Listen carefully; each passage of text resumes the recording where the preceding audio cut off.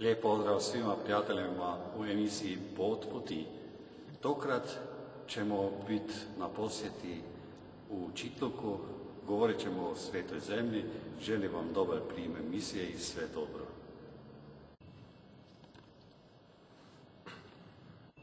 Hvala Isus i Marija. Danas ćemo govoriti o Svetoj zemlji. Riječ predajem fra Miko Stojić.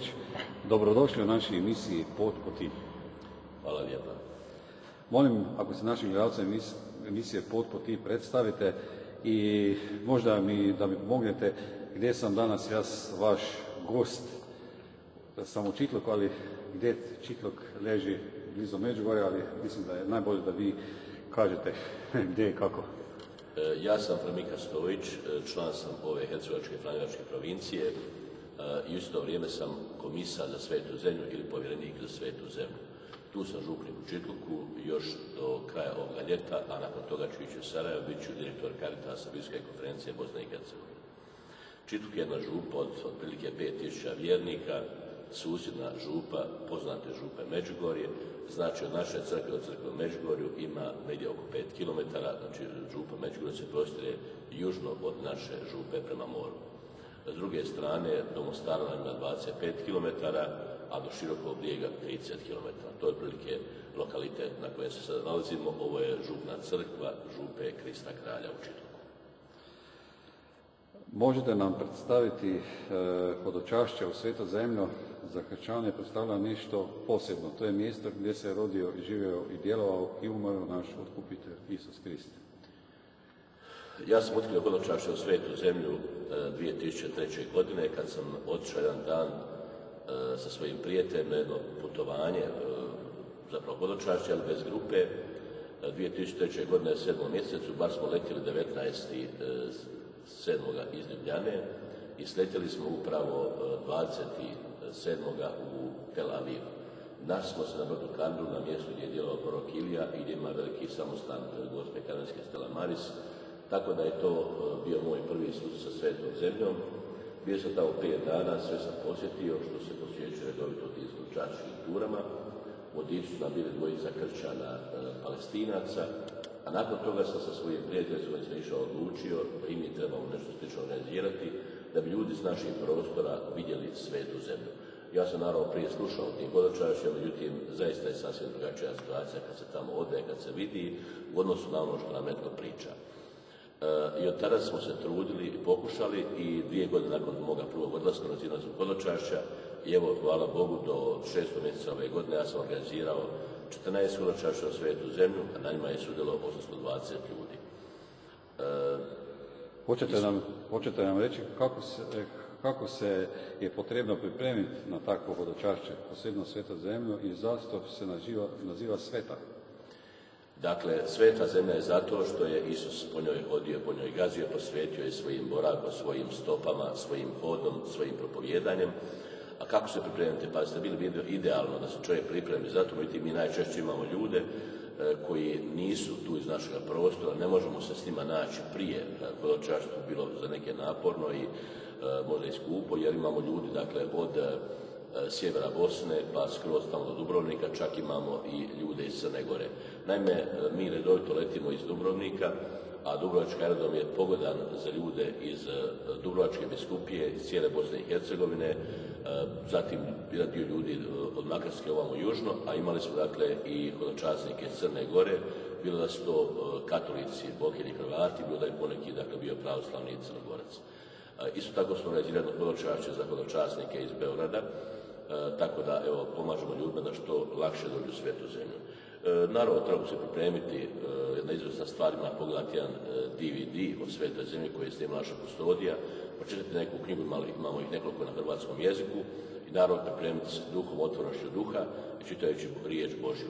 Ali evo, to su preduvjeti koji često kod ljudi nisu prisutni, ali se mi potrudimo tamo, dakle našim tumačenjima, zatim našim druženjima, posjetom tih mjesta, propovjedima, da ljudi zapravo zaista, rekli bismo, zagrizu za Svetu zemlju, da je zavole, da se u njoj lijepo osjete i da im ona bude jedan motor, dakle pokretač vjere u njihovoj budućnosti. A posebno danas važno kad su ljudi mnogo čim opterećeni, da ljudi nađu jedan način utjehe, pomoći i hodočašće Svetu zemlju je sigurno na poseban način upravo to. Naravno, svako drugo hodočašće u tom smislu sudjeluje, ali Sveta zemlja je za mene zaista postoje. Uvijek ljudima kažem, iako sam već 14 puta bio u Svetoj zemlji, svako hodočašće je meni kao da idem prvi put. Nekako baš tako na taj način doživljavam. Kako ste vi doživjeli svoje prvo hodočašće u Svetu zemlju? Šta ste osjećali? Pa moje prvo hodočašće je bilo prije svega nepripremljeno. Moj prijatelj nam je obećavao da idemo tamo i ja mu nisam baš ni previše vjerovao. Jer nismo rekli, evo, dogovorimo se za neke manje stvari, čovjek odredi termin, on kad mogli poći, pa ovako, onako, jednog dana mene zove, ajde idemo sutra u Svetu zemlju. Pa ja kažem, pa nije to otići u Mostar.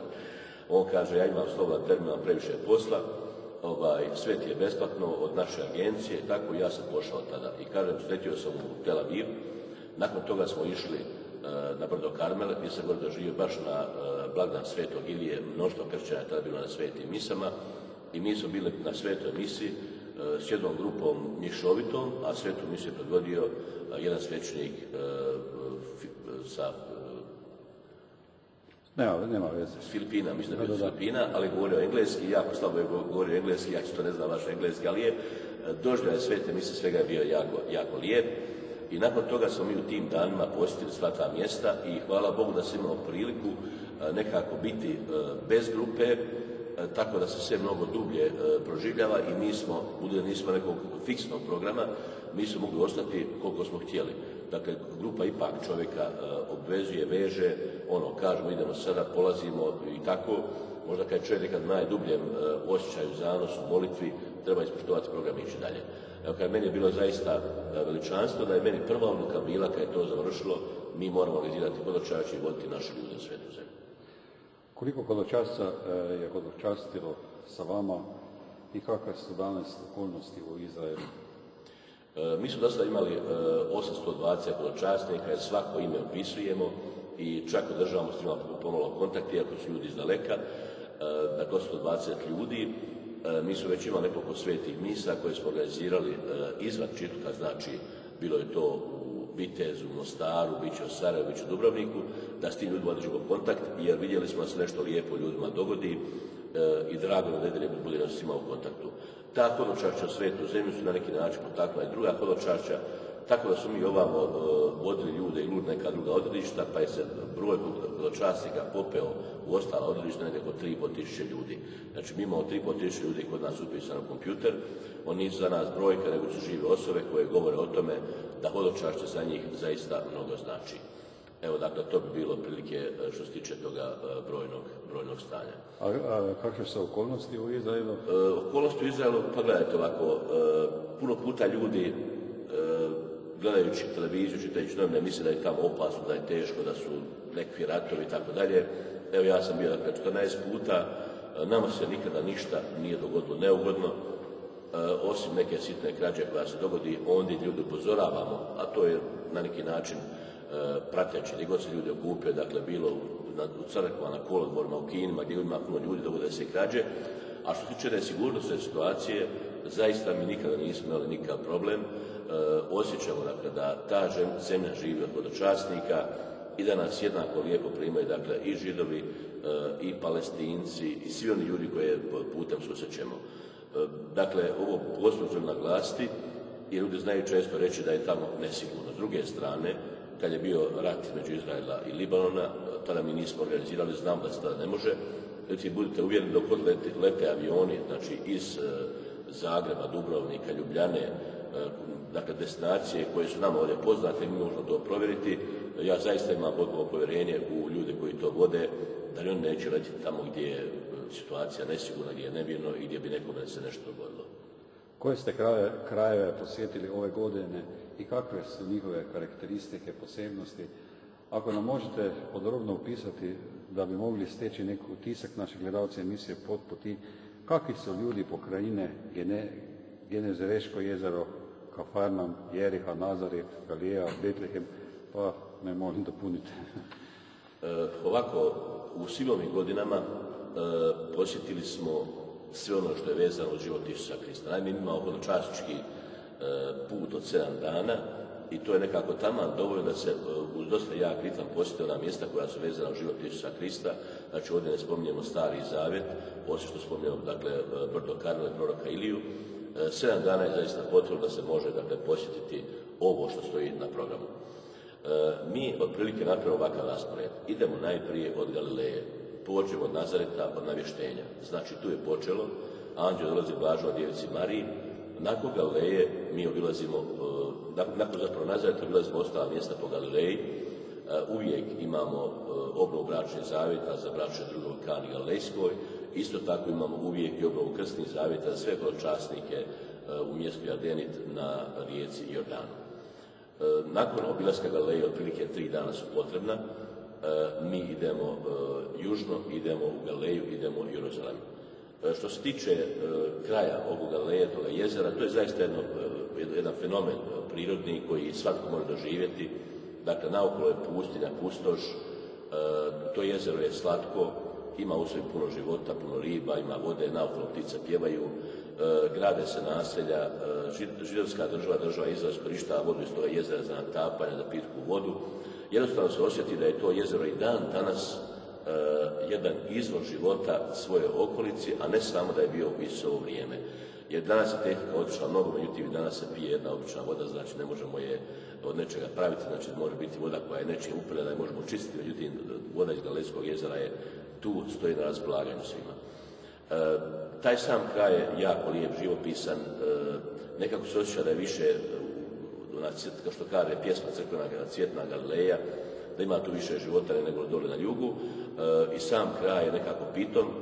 Ljude koji smo upoznali ih ovako preko hodočašća, preko naših ručkova, tamo kretanja, međutim ne poznamo baš puno, ali osjećamo kako su ljudi gostoljubivi, kako nas sada primaju, žele popričati s nama, ljudi se ne ustočavaju, dakle, ako mi ne znamo jezika, oni često taj engleski svoj kako govore, tako da uglavnom osjeti se jedna dobra volja da se prima ljude hodočasnike.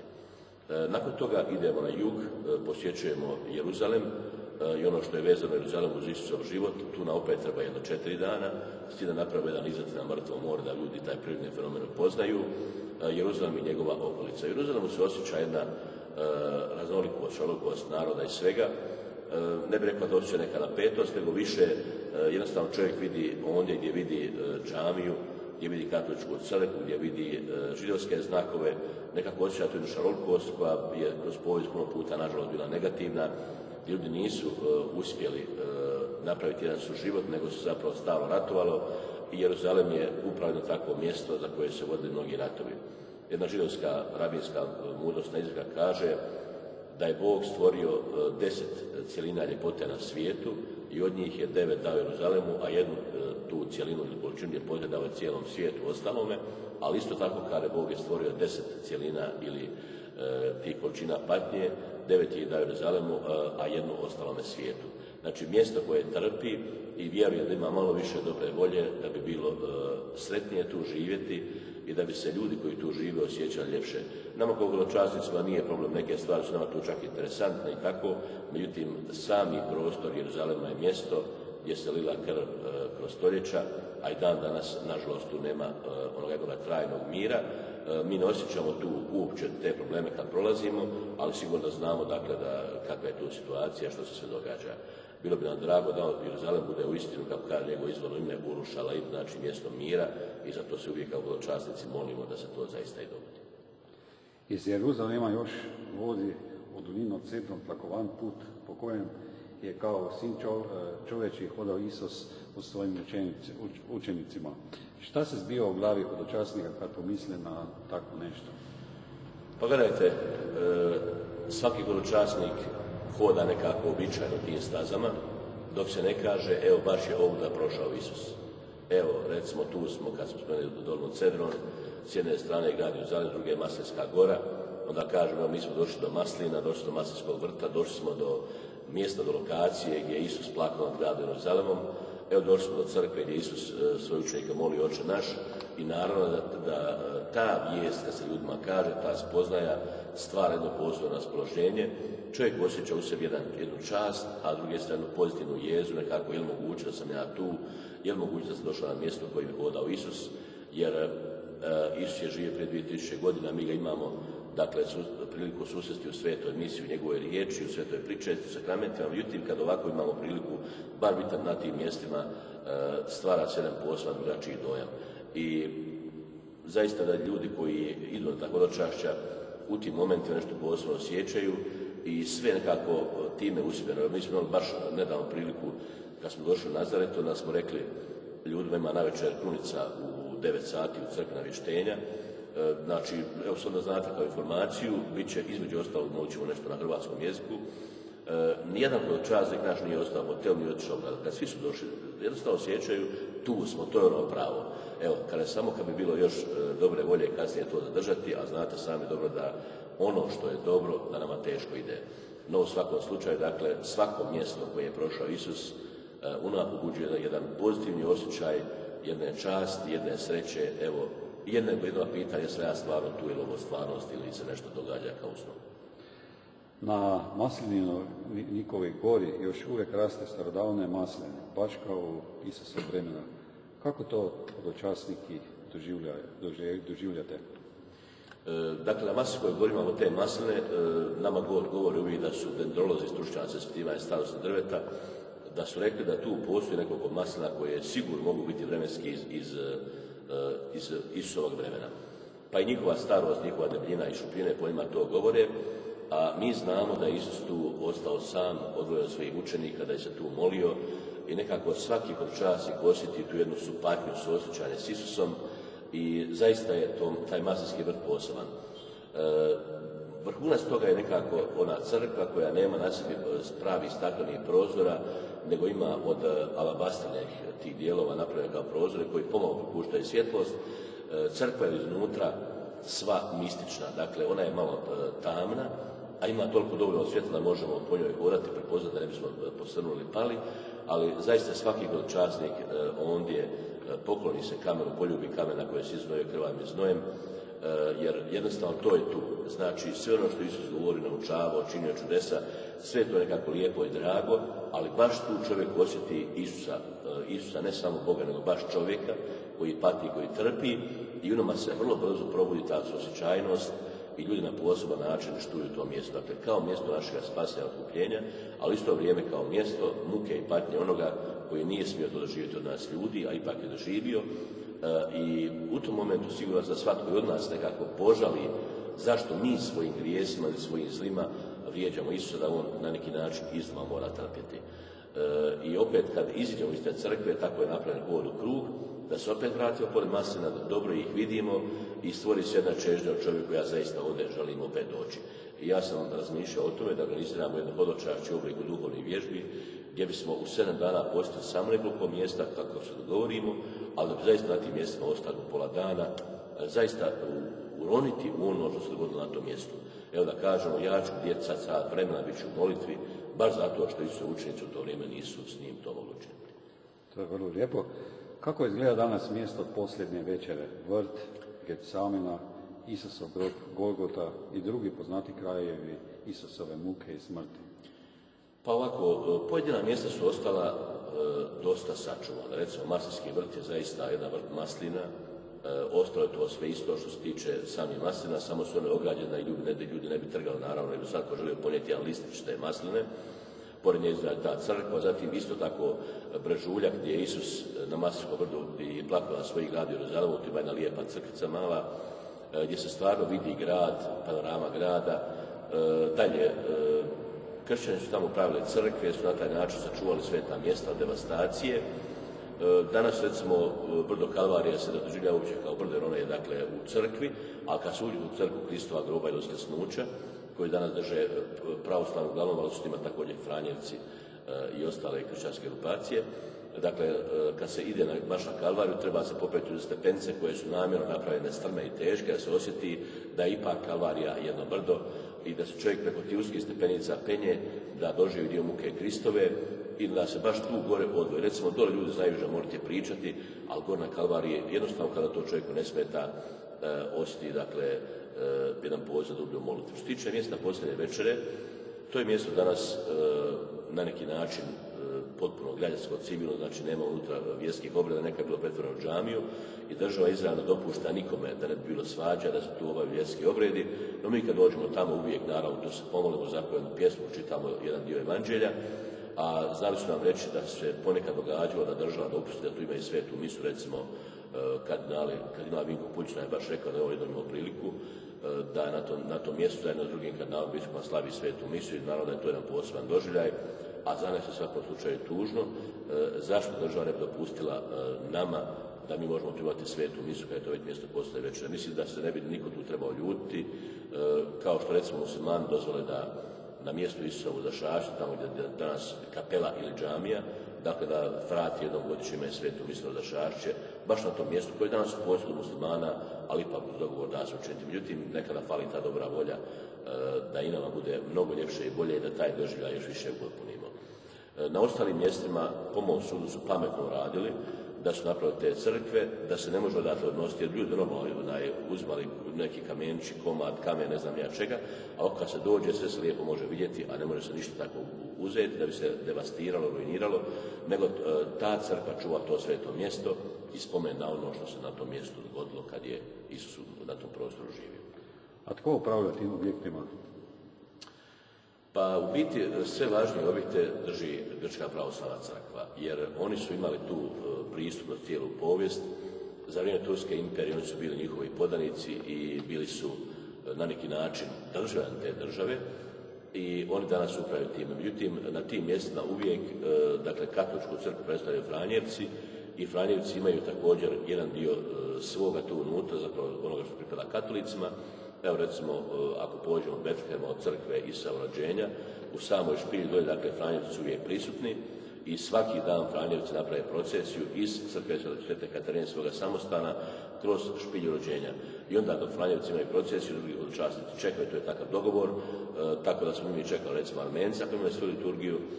U svakom slučaju, dakle, Franjevci su uspjeli, dakle, zahvaljujući toj dugostojetnoj prisutnosti, duhu Svetoga Franje, duhu mira i pomirenja, nekako ući u posjeti mjesta.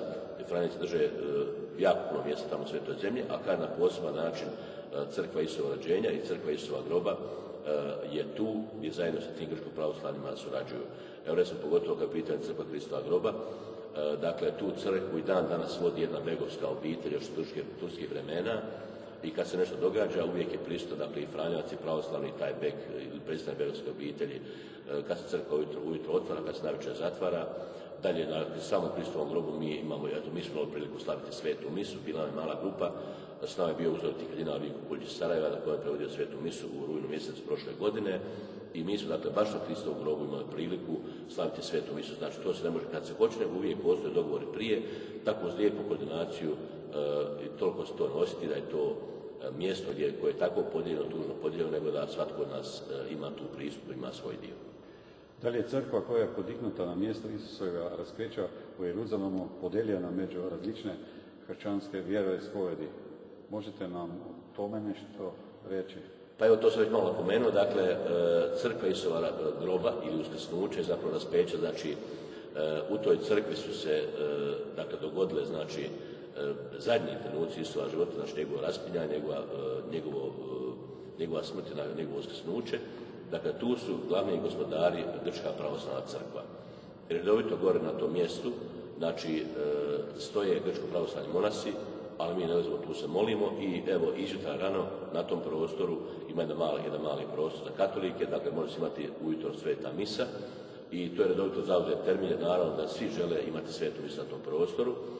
Dakle, isto tako sami Kristov grob, znači ima i Franjevci koji tu imaju svaki dan 4 sata procesiju, gdje dođu do toga groba iz svoga samostana, jednostavno se pokaže da vidi mi smo tu, to je isto naše i mi smo dio toga. Prema tome, baš zahvaljujući Franjevcima kojih ima tamo u Svetoj zemlji negdje oko 200, skoro 300, 270 od 300, dakle ta se sveta mjesta održavaju i mi katolici imamo na njih pristup svaki dan, ne u svakom trenutku, naravno poštivamo i druge kad imaju svoje termine, ali evo, dakle, mi redovito imamo uvijek jednu svetu misu u jednom od kapela crkve Kristova groba koji drže Franjevci. Franjevci imaju veliku ulogu.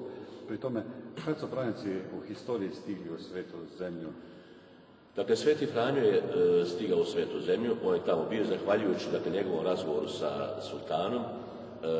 Sultan je kasnije dopustio da Franjevci mogu biti prisutni u Svetoj zemlji. Kasnije Sveta stolica baš Franjevci dopustila brigu o Svetoj zemlji i oni su polako kroz stoljeća svojom prisutnošću, svojim djelovanjem nekako uspjeli očuvati tu katoličku prisutnost na tim prostorima, iako je na tim prostorima bilo jako malo katolika. Recimo, važno je spomenuti baš Franjevce iz Bosne i Hercegovine, provincije Bosne i Srebrene, koji su bili podani iz Turskog carstva i prema tadašnjem zakonu mogli su kupovati zemlju od građana drugih koji su pripadali Otomanskoj imperiji i zahvaljujući tome neka su mjesta Franjevci kupili, tako da mi uvijek s ponosom kažu recimo da i Maslinski vrt, tu zato što su bosanski Franjevci otkupili od tih vlasnika, a tu su pomogli braća Vrankovići koji su bili katolici iz Bosne, trgovci koji su davali novac naravno uz ostale dobrote koji su tu bili. Također na drugim mjestima jednostavno Franjevci neumorno bdiju i čuvaju ta mjesta za kršćansko bogoslužje i evo gdje god dođemo, od recimo 30 lokaliteta koje mi posjetimo tijekom naše ture kroz Izrael, 26 mjesta drže Franjevci, a ostala mjesta drže nešto Benediktinci, Bijeli oci, i evo, to je to. Znači, jednostavno, toliko su Franjevci prisutni i u svijesti u glavama Arapa, oni zovu Franjevca Abuna, znači oče, i oni znaju što je, ovo dijelo Franjevačkih habita, dijelo Svetoga Franje, dok recimo jednom se dogodila smiješna zgoda kad je jedan arapski policajac jednog biskupa premjestio proces i dao je to mjesto Franjevcu jer smatrao da Franjevac je malo zakinut, jer on uopće ne zna što znači biskup, ali zna što znači Franjevac, evo zahvaljujući toj dugogodišnjoj prisutnosti Franjevaca na tim prostorima. I danas kad dođemo tamo, meni je drago da vidim da ima Franjevaca iz raznih zemalja, ima nekoliko Hrvata, ima nekoliko studenta koji tamo studiraju Hrvati, pa će neki od njih i ostati kasnije tu. I evo, hvala Bogu da svaki Franjevac cijeloga svijeta, ako hoće, može naći tamo mjesto, prostor, samo treba bi znati talijanski jezik zbog zajednice i engleski zbog komunikacije s ljudima vanja, da najbitnije talijanski, da može služiti na tim mjestima. I kod nas je nekako jedno nepisano pravilo, kad ja izrazio želju da kare provincijal, da želim ići u Svetu zemlju, da zapravo provincijal mora to dopustiti, jer to je Sveta zemlja je briga svih Franjevaca, cijeloga svijeta i nas uvijek potiču da bismo mi u sebi probudili želju da jednoga dana služimo u Svetoj zemlji. Pa evo, ako bude i to trebalo, ja sam i za to spreman. Ja mislim da smo kroz to emisiju i nadušila još kojeg gledalca, ali ćemo još nešto kazati o njoj. Kako se stanovnici Jeruzalema ponašaju prema katoličkim hodočasnicima? Ja sam već napomenuo da su ti ljudi svjesni, da oni žive od hodočašća. Znači, mnoštvo trgovinica koje prodaju od običnog pića, sokova do suvenira, to su ti stanovnici tu koji to proizvode, od toga žive i normalno da je njima stalo da hodočasnica bude tu dobro i lijepo. Recimo, mi osjetimo s njima kad nešto želimo kupiti, da se oni s nama pogađaju, cjenkaju i tako dalje, ali ovako generalno gledano, mislim da možemo reći da su dojmovi za svega toga pozitivni. Ljudi znaju da smo mi kršćani, katolici, oni su muslimani, su neke druge, ne znam što su, ali tu se ne osjeća taj problem da svak drži svoje, a zapravo nikoga ni u čemu ne ometa. Mi kad prolazimo križnim putem, tu se osjeti da ti ljudi rade svoj posao, trgovine rade, oni to baš ne zatvaraju, ali nas isto ne ometaju, a mi idemo tu, tako da imamo još jedan nekako potpuniji dojam hodočašća i potpuniji dojam toga križnog puta, da kažem da je stvarno teško proći kroz te trgovce, kroz tu masu, ali mi idemo svojim putem jer nisu ni bilo lako i taj svoj put križni pređemo. Lijepo je da posljednje postaje doživljavamo na taj način da uđemo s krova crkve, tako da nas to nitko ne ometa, nego baš u tišini prođemo lijepo skroz do Kristova groba. Sada bih vam postavio jedno pitanje koje su mi slali moji gledalci emisije Put puti. Isto tako vas ljudi poznaju, zato su me i naši gledalci prepeljali ovamo i vas vrlo volio. Što je to, ali to isti franjevački duh da vas ljudi zavole ili ne znam kako da se izrazi? Pa gledajte, na to pitanje malo ne znam odgovoriti, da ne ispadne sada mi sami sebe hvalimo, ali evo, nekako životna praksa pokazuje da su Franjevci, pogotovo kad na ovim prostorima, znali ostati s narodom u teška vremena, u turska vremena, da recimo evo sad, pogotovo u Bosni, dakle, gdje su samostalni bili odcani za vrijeme Turaka, jer Turci nisu da dopustili na samostalnu Hercegovinu u to vrijeme, da su Franjevci hodali u civilnom dijelima, oblačili se potpuno kao svi drugi ljudi i onda su ih oni prozvali ujaci. Zašto? U to vrijeme je bilo osobno dokumenata i kada bi došla neka turska patrola, vidjela nepoznatu osobu, pitati ko je ovaj čovjek tu među vama, se kaže, pa to je naš ujak koji je došao tamo gdje iz 5. sela i na taj način se završila sva priča o tom provjeravanju, a onda su, dakle, Franjevci prozvali ujaci. Dakle, jednostavno se osjeti da najveći dio Franjevaca kako nađe taj jedan lijepi zajednički jezik s ljudima, tako da ljudi osjeti da mi za njih živimo i onda se i oni nama približe. Evo, kažem, na poseban način je to i Sveta Stolica priznala kad je dala, zahvaljujući zaslugama Svetog Franje u načinu života, da upravo Franjevci predstavljaju katoličku crkvu u Svetoj zemlji i da je, recimo, naš kustos, dakle, koji je predstavlja tamo, koji je glavni šef svih vratara kao provincijal Svete zemlje, da on zapravo ima i diplomatski status i da ga priznaju, dakle, i civilne, građanske i, dakle, i vjerske vođe. Pa evo, hvala Bogu da je tako. Sada treba da ću postavim pitanje gledalca. Danas na tlu Jeruzalema žive ljudi različitih vjeroispovedi. Koje vjeroispovedi i zašto je za sve njihovo mjesto Jeruzalem svijeto mjesto?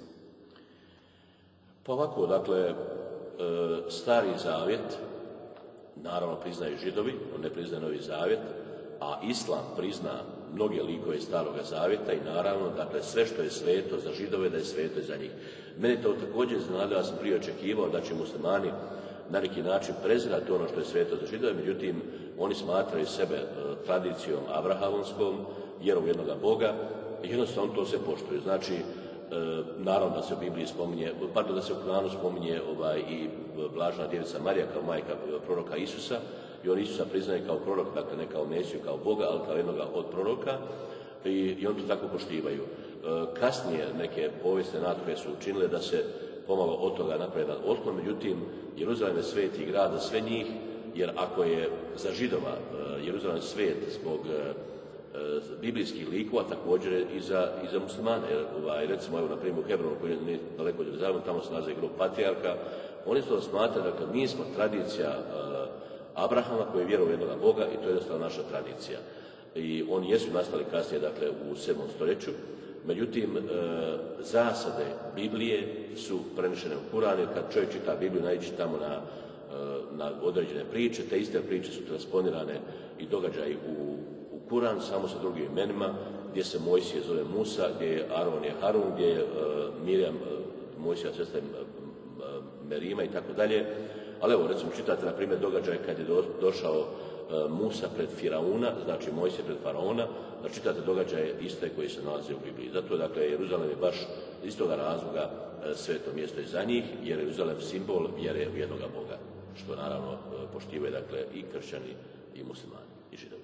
Koliko katoličana otprilike danas živi u Jeruzalemu?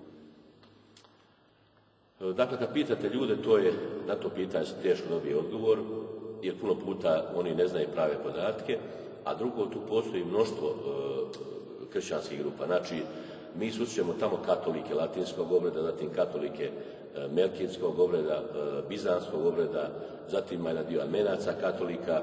Znači, svi oni koji postoje tu kao pravoslavci u većim grupama postoje kao katolici ili katolici u manjim grupama.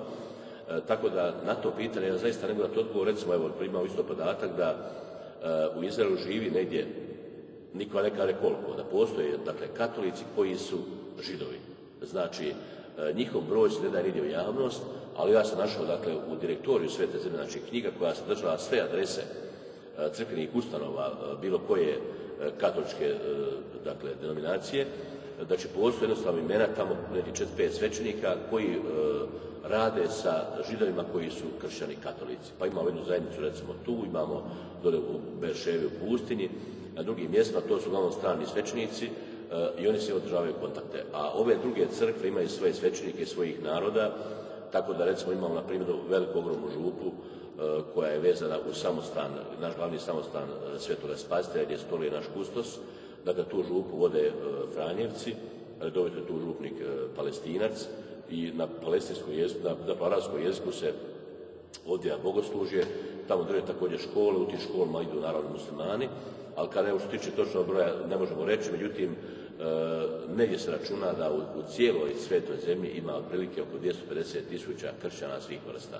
To je jako mali broj, s obzirom da ima dakle, država 7 milijuna stanovnika i baš posebno naš papa apelira na to da se tim kršćanima pomaže, da ostaju tamo, da ne bi sveta zemlja postala muzej, nego bude ipak prostor u kojem živi ljudi kršćani. Mi na ovim svojim hodočašćim turama te ljude susrećemo, recimo, mi uvijek organiziramo ručak u restoranu Kaza Nova, dakle koji vode Franjevci, a u njima redovito rade kao kuhari, kao konobari, kao spremači, rade kršćani Arapi, tako da se s njima susretnemo, upoznamo se, pa nekad pitamo kako je njima ime, pa nas malo iznenadi, recimo ako čovjek ima ime koje nama izgleda kao muslimansko ime, međutim to nije muslimansko ime, nego ime zapravo narodno, koje se onda na naš jezik može prevesti. Recimo ja se jednom baš pitao na čovjeka, zove se Fadil, a Fadil znači čestit, karakteran, pošten, tako da jednom sam pričao sa jednom gospodinom koja poznaje dobro taj arapski svijet, islamski, kaže da je samo nekoliko imena koja su striktno, dakle, muslimanska imena, a sva su ostala imena narodna, recimo Muhammed, Abdullah, ne znam koje još ime, a sva ostala imena su jednostavno, kao što kod nas možete reći, naprijed da se netko zove Ljubica. Sad to je znači cvijet, Ljubica Violeta ili Ljubičica, i osoba nosi to ime, znači to nije određeno ni nacijom, ni vjerom, nego jednostavno to je jedan prirodni fenomen. Možete imati recimo ne znam, Sunčica, recimo, dakle dobro ime po suncu, znači sunce svako jednako pripada, tako da to nisu znači islamska imena, nego su dakle njihova narodska imena, koje nekad nama mogu malo smiješno zvučati, a pogotovo zbog toga što mi očekujemo da ljudi imaju kao kršćanska imena, imaju, ali su opet arapizira, recimo mi smo pitali kako se zove, kada zove se Hana, to jest Johana, znači to je biblijsko ime Ivan. Sjećate se vi možda nekog posebnog događaja svjedočenja vjere koje ste doživjeli sami ili neko iz vaše skupine ili hodočasnika na hodočašću? Pa mi smo u početku čak od ljudi tražili svjedočanstva, međutim tu su ljudi malo škrti, ljudi pričaju kako bi bilo lijepo, dobro, lijepo su doživjeli, ali ja kasnije čujem od dosta ljudi da kažu, evo, ja se jednostavno svetoj zemlju preobratio, više ne radim to, sad radim to i tako dalje. Ja bih spomenuo možda hvale vrijedno jedan bračni par koji je s nama išao na hodočašće 11. mjesecu prošle godine. Ljudi se bave biznisom, inače su ljudi dobroga srca poznati, priznati kao humanitarci, kao njih poznaje, dakle, poznaju siromašni iz njihovog prostora. Dakle, ti ljudi koji imaju novac, koji su išli s nama na hodočašće i koji taj novac na koncu i dijele i pomažu drugima. Ja sam čuo da je taj gospodin kupio mnogo suvenira u svetoj zemlji, vratio se ovamo, podijelio svojim prijateljima koji su kršćani i rekao je, nakon ovoga nije mi žao umrijeti. Dakle, tako se nešto lijepo njemu dogodilo, međutim, tako je se baš dogodilo, su on i supruga, nažalost, eto, baš nakon toga, pred Božić prošle godine u prometu nastradali, poginuli su, ostali njih 4 djece, koji su samo jedna čerka najstarija nije maloljetna, svi ostali su maloljetni, ali kažem, to je jedan primjer gdje nekako ljudi kažu da su tako nešto lijepo doživjeli da može umrijeti, znači da jednostavno više ne da želi umrijeti, nego da jednostavno nema više nešto veće doživjeti, to je doživio i zato je spreman dakle da umre. Prije ste kazali da ćete nastupiti novu dužnost pri Caritasu, pa bi možda ukratko i nešto kazali o Caritasu, pomoći ljudima. Vjerovatno je to u ovo doba najbitnije, potrebna je na jednoj strani i novac, ali još više je tudi potrebna duhovna hrana. Pa ovako, biskupi Biskupske konferencije Bosne i Hercegovine mene su imenovali direktorom Caritasa i na tu ću dužnost stupiti na jesen, jer ovoga ljeta još uvijek tu slavimo 90. obljetnicu naše župe, pa zbog toga sam ostao do 1.9. inače sam trebao tamo prijeći ranije. Caritas, dakle latinski Caritas, hrvatski ljubav, znači posljedica naše vjere, našega života. Znači, ako mi vjerujemo u Boga i doživljavamo Božju ljubav, ne tako normalno da i mi tu ljubav dalje širimo na onaj način koji je nama dostupan i kako to očekuje od nas onaj tko je na neki način ugrožen. Znači, to može biti jedna lijepa riječ, razgovor, druženje, posjećivanje bolesnih, ali isto tako savjetovani koji su možda u nekim lošim životnim okolnostima, koji su pošli po lošim putem ovisnosti i tako dalje. A najčešće je Caritas svede na neko financijsko pomaganje, jer jednostavno određeni ljudi u životu nemaju ono zaista osnovno što treba imati. I evo, drago mi je da su biskupi prepoznali u meni tu osobu, jer sam ja inače kroz svoj život nekako uvijek time bavio kao jedni sastavni dio svoga svećeničkog rada i mnogo sam akcija pokrenuo.